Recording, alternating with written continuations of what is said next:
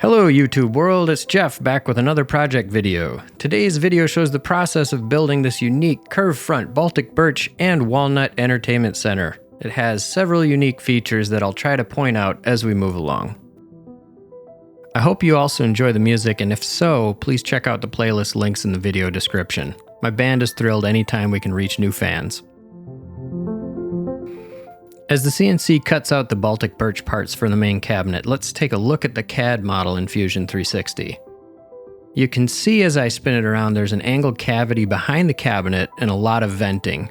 These features allowed for twin 8-inch opposed firing subwoofers to go behind the cabinet. I figured that would be a crucial feature since the bookshelf speakers on the countertop can't really hit hard on the low bass notes.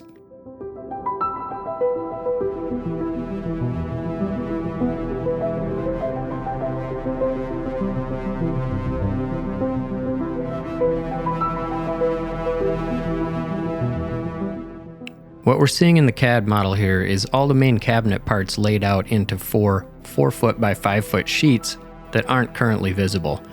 Additionally, there are some extension pieces that were used to raise the height of the toe kick after an initial fitting showed that it was going to be too short.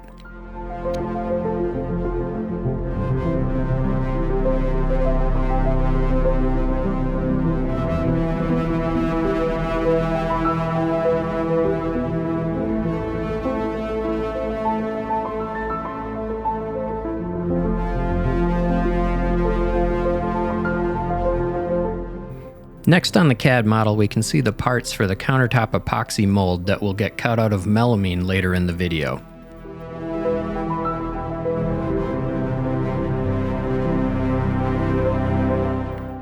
Now we're looking at the parts for the subwoofer box that goes behind the cabinet.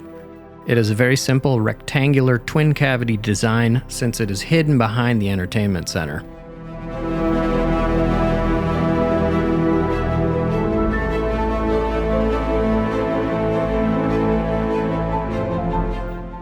Here we see a photo of the assembled subwoofer box next to the cabinet base. You can see that there is very little clearance.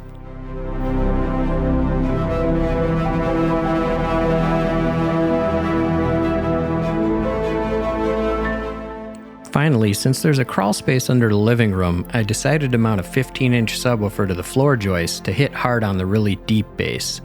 Mounting to the joist transfers sound to the house in a way that is hard to describe. It's a lot of fun feeling the floor shake during action movies.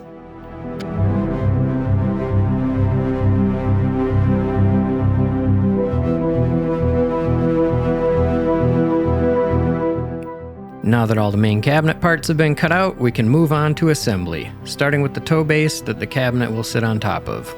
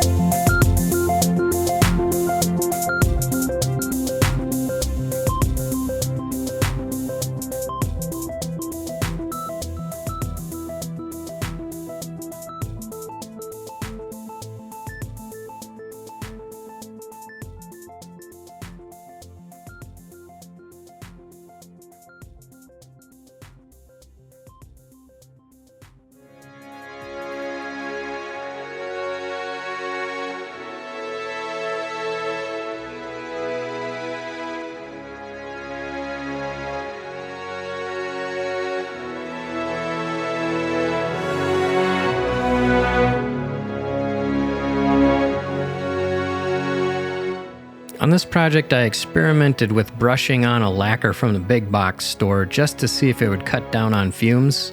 Ironically, it seemed to do the exact opposite. The parts were off-gassing for quite a while, and it was much worse than just spraying catalyzed lacquer with an HVLP gun.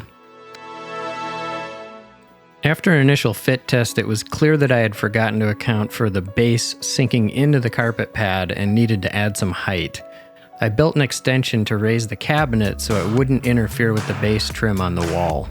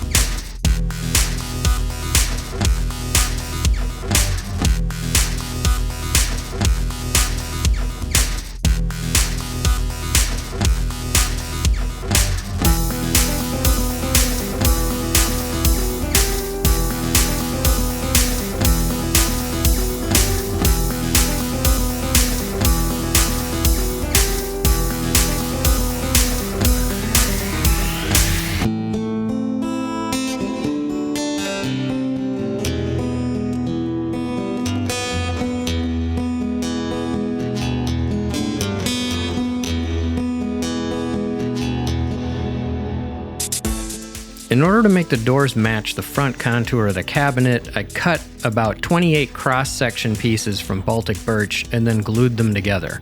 To help make sure everything lined up perfectly, I included dowel holes in each of the cross-sections so I could slide them down on top of each other and have them aligned.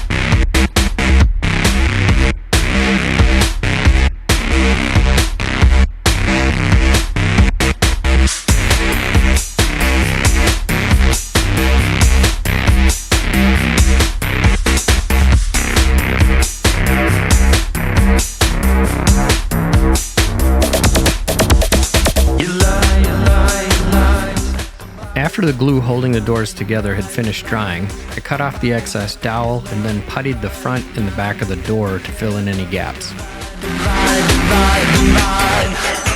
I wanna scream at the top of my lungs. I wanna seek and destroy these super fortunate sons. I wanna feed them the bullets from their own guns. I wanna scream, I wanna scream, I wanna scream.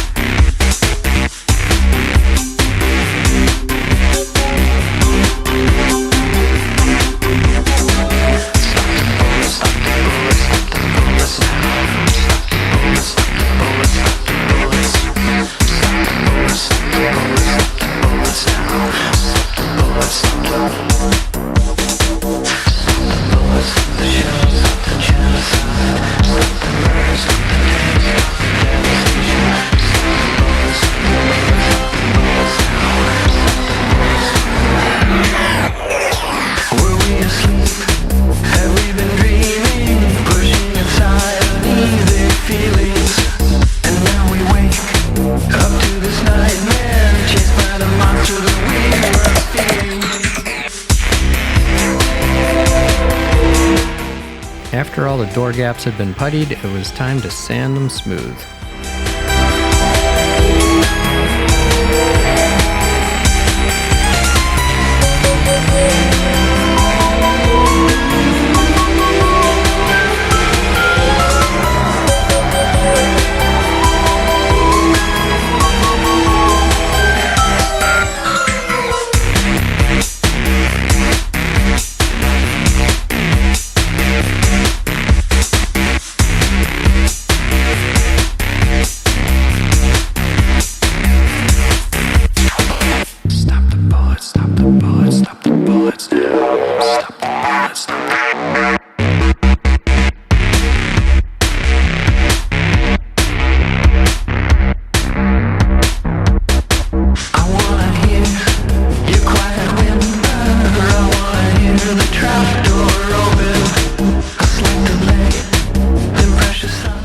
I figured the curve of the doors was going to make work holding on the CNC difficult or impossible.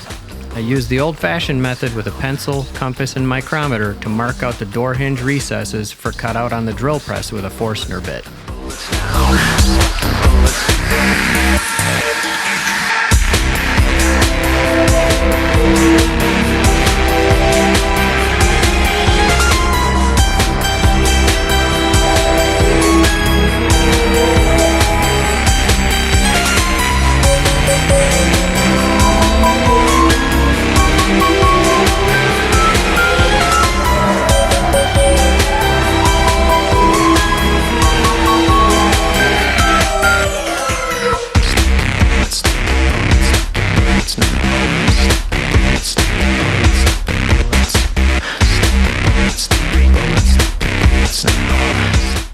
One of the lessons I seem to keep learning the hard way is to leave more tolerance for parts that need to join up. You'll see me trying to wrestle and hammer the main cabinet parts into submission.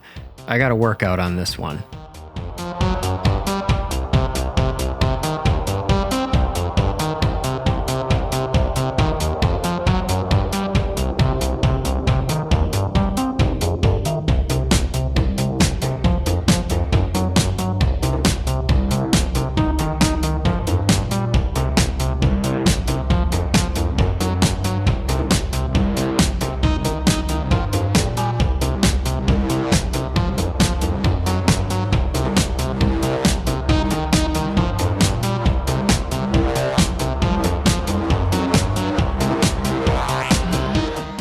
And as the old saying goes, if the hammer you got ain't getting the job done, go get a bigger hammer. Oh, look how easy that was.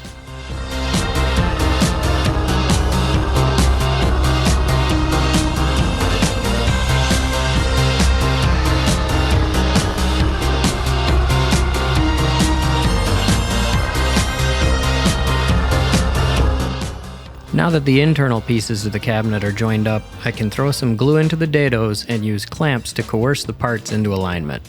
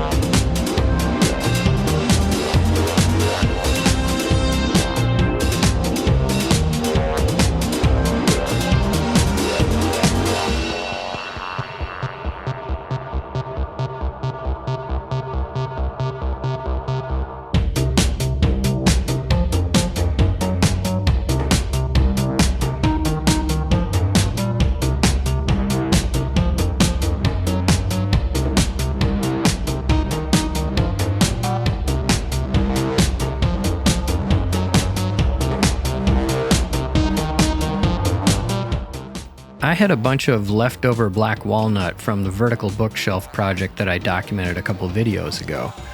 I decided that instead of buying trim or edge banding, I would make it myself. That turned out to be a very time-consuming decision. I don't own a steam bender yet, so it meant that I had to sand the trim very thin for the tighter curves and then layer it to make it look consistent. In the end, I was happy with the result, but I will probably stay away from this method in the future.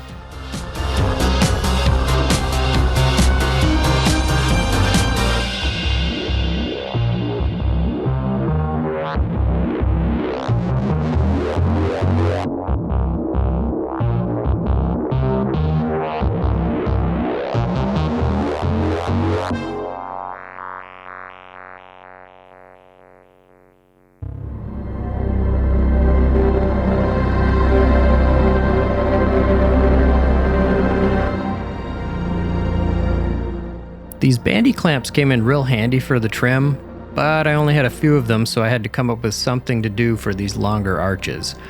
Fortunately, I had a couple extra door cross sections that matched the curve, and I could use them to clamp the trim down while the glue dried.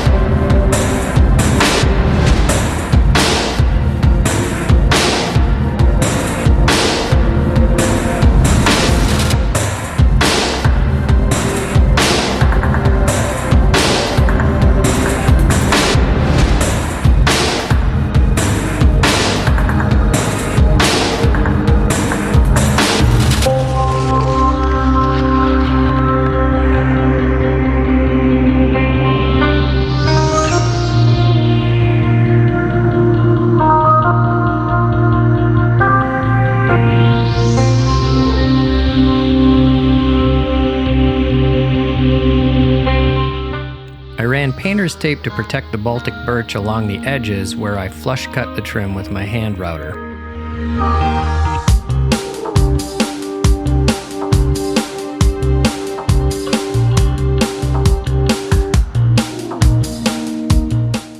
Since I had a ton of black walnut sawdust from bandsawing the trim, I used this old carpenter method of mixing sawdust and wood glue to make putty. I then filled in any gaps or transitions in the trim.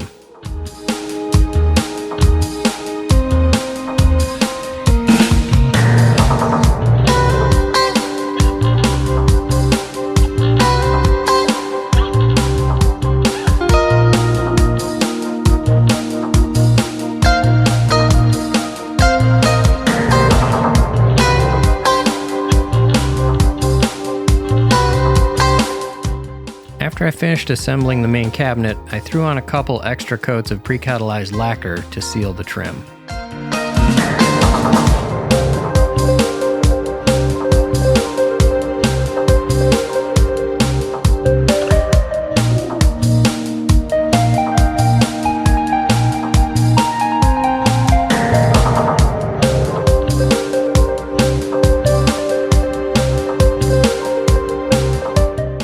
Now that the main cabinet is assembled, it's time to move on to the countertop, starting with the epoxy mold that I showed in the CAD model toward the beginning of the video.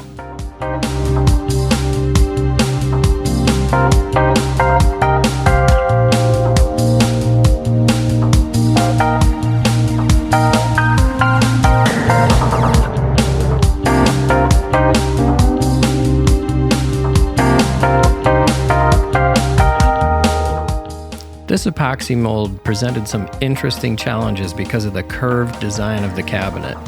To make a curved leading edge to the mold, I cut and layered pieces of melamine.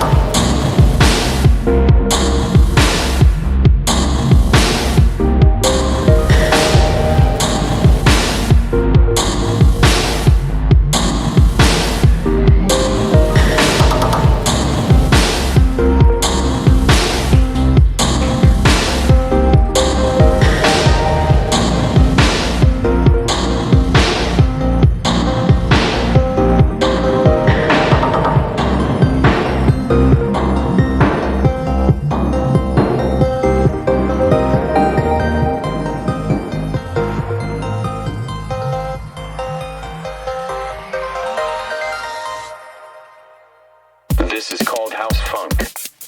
It makes you feel like this.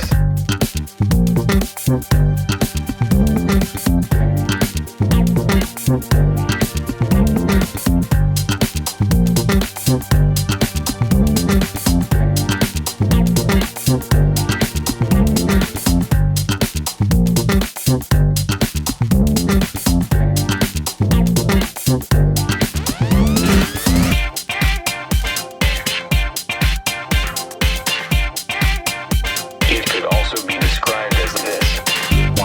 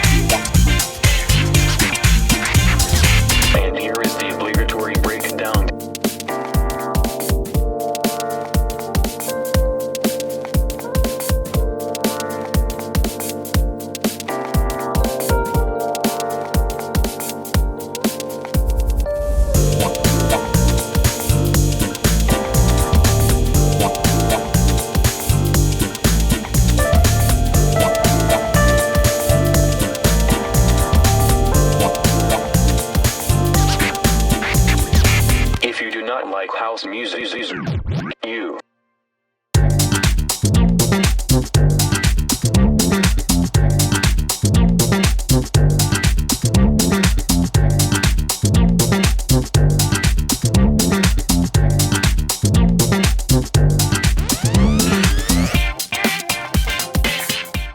The first step after cutting out the parts was to fit test all of them.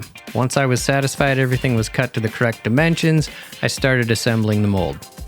I designed this mold to be held together with caulking and screws to ensure that no epoxy leaked out during the curing process.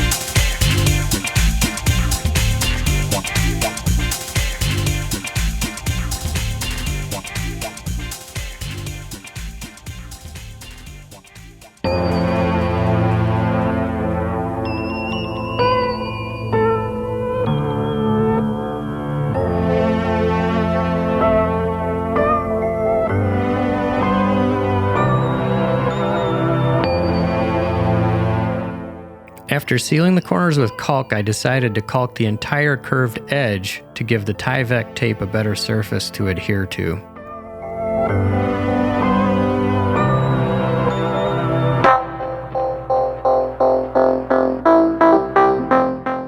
Once the caulk had dried clear, I added the Tyvek tape to help make sure that the mold would release later.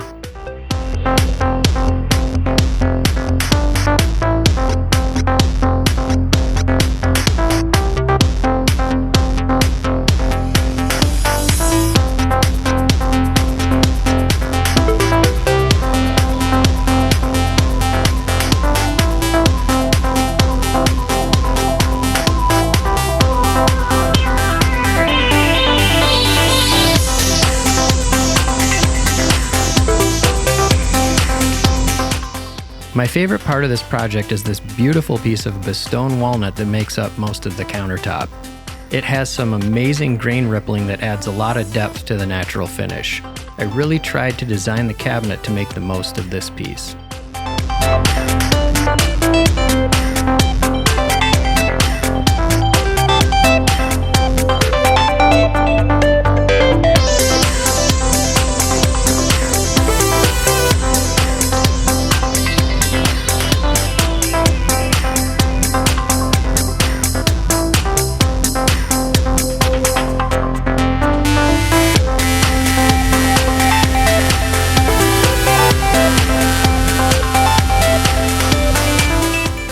Cleaning up the natural edge involved a few different tools to get the right balance between getting in the recesses and maintaining the character of the wood along the edge.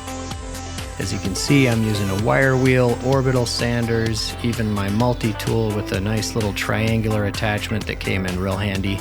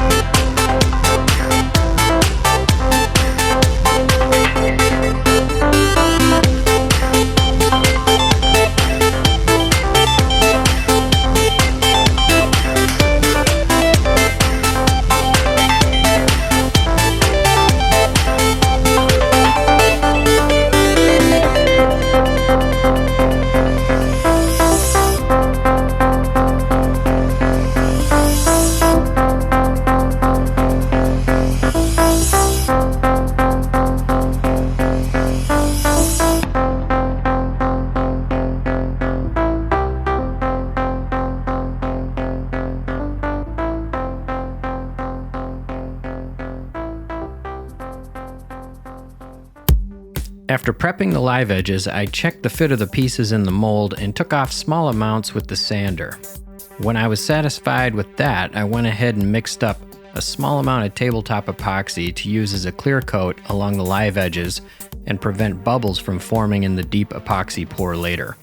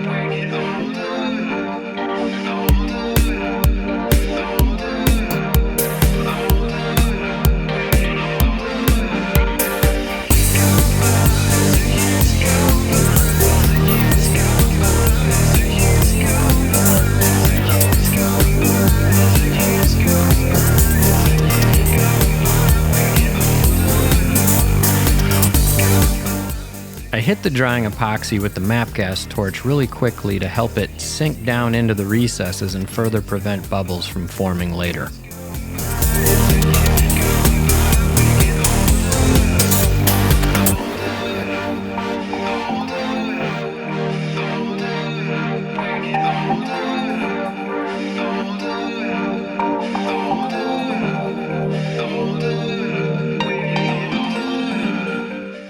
With the live edges sealed, it was time to coat the mold using a mold release spray. I followed the directions and applied 2 coats a few minutes apart from each other, brushing them with a paintbrush afterwards. In retrospect, I probably should have done another coat just for good measure, since I did run into some difficulties when releasing the mold from the melamine later.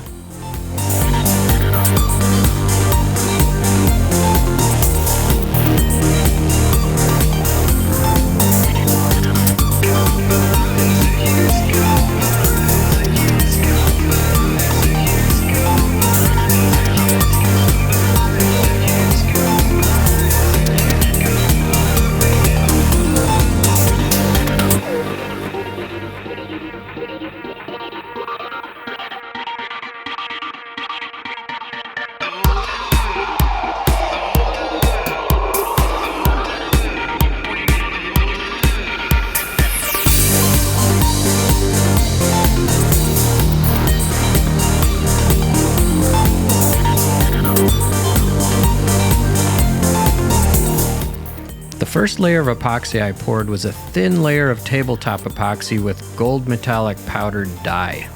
The idea was for this layer to ensure that the top of the cabinet wouldn't be visible through the epoxy and to provide some more interest in the design. Unfortunately, a portion of this layer adhered better to the melamine than to the deep pour epoxy that was poured over the top of it. That resulted in this entire layer later being machined off.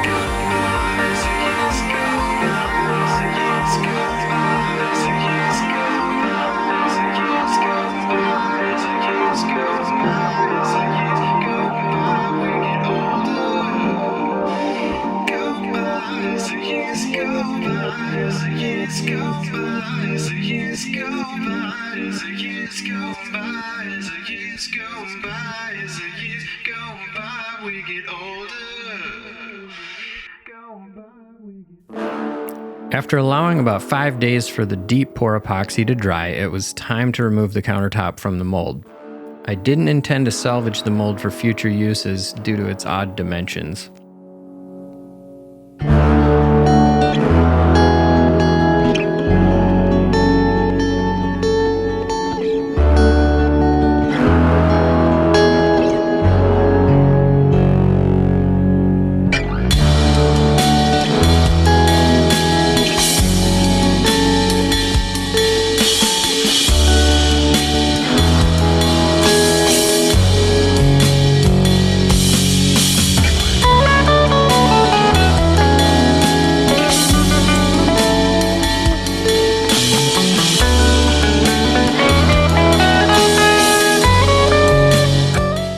Once the countertop was out of the mold, I took it to the CNC to use my 2-inch surfacing bit to make the bottom flat and remove the layer of gold epoxy that had cracked during the removal from the mold.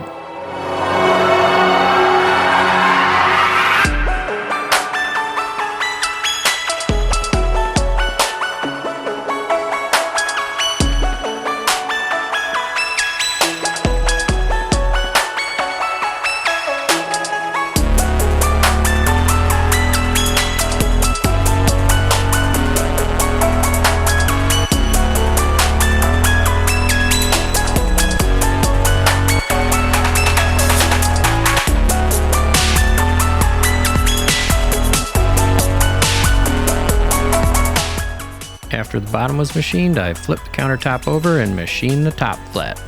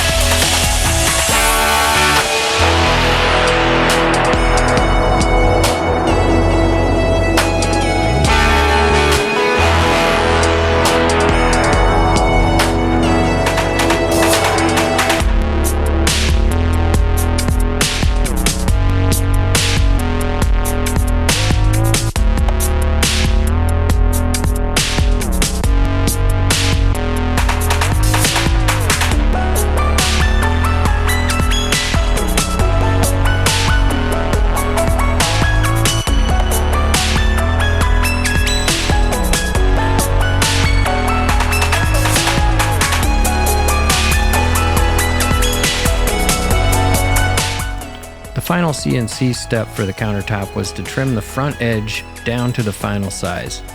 I had oversized it by about a ½ inch so that I could trim it flush and size it with the CNC.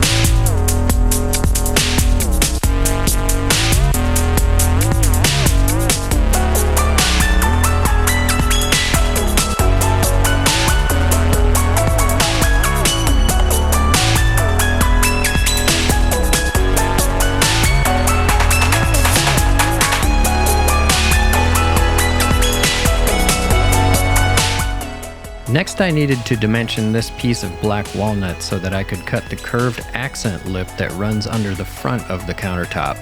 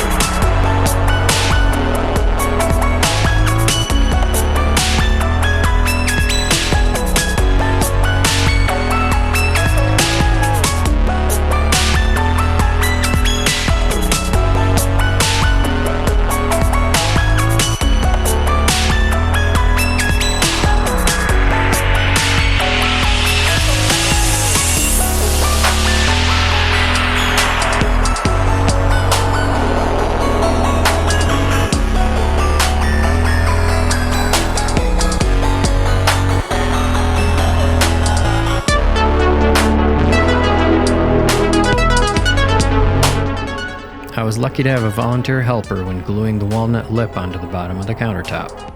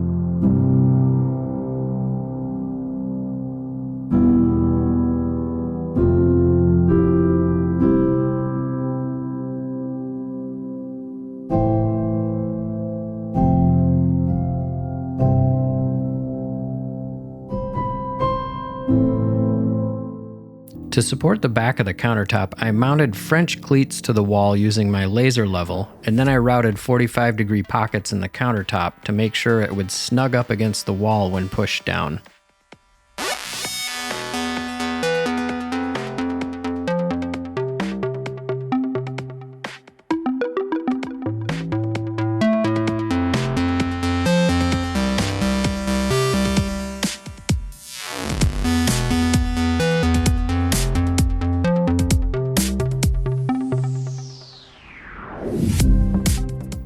Someday I'll probably do a video dedicated to the finishing process. I borrowed my process from my dad and brother, who are both professional woodworkers. To summarize, I start by mixing a pre-catalyzed lacquer about 60-40 with a lacquer thinner to make it easy to shoot out of an HVLP gun. I shoot a seal coat or two and then use a series of steps to make the surface smoother and smoother. Generally speaking, the process involves scraping with a razor, sanding with fine sandpaper, rubbing with a scouring pad, and buffing with fine steel wool. Coats are applied and steps repeated as necessary to get the right finish.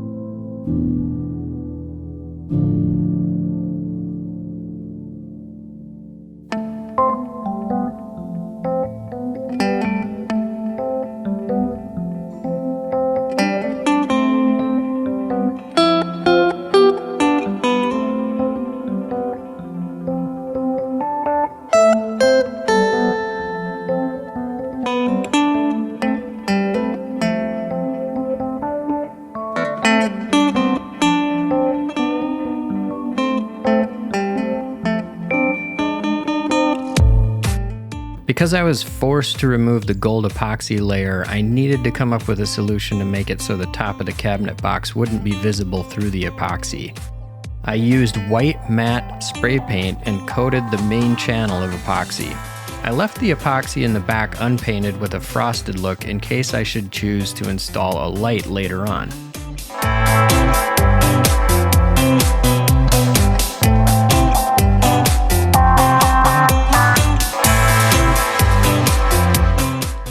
Well, there you have it, folks. I hope you enjoyed this how-to demonstration and will come back again in the future. This was a long video, so if you made it to the end, please give yourself a high five and drop a comment letting me know I didn't put you to sleep. Thanks.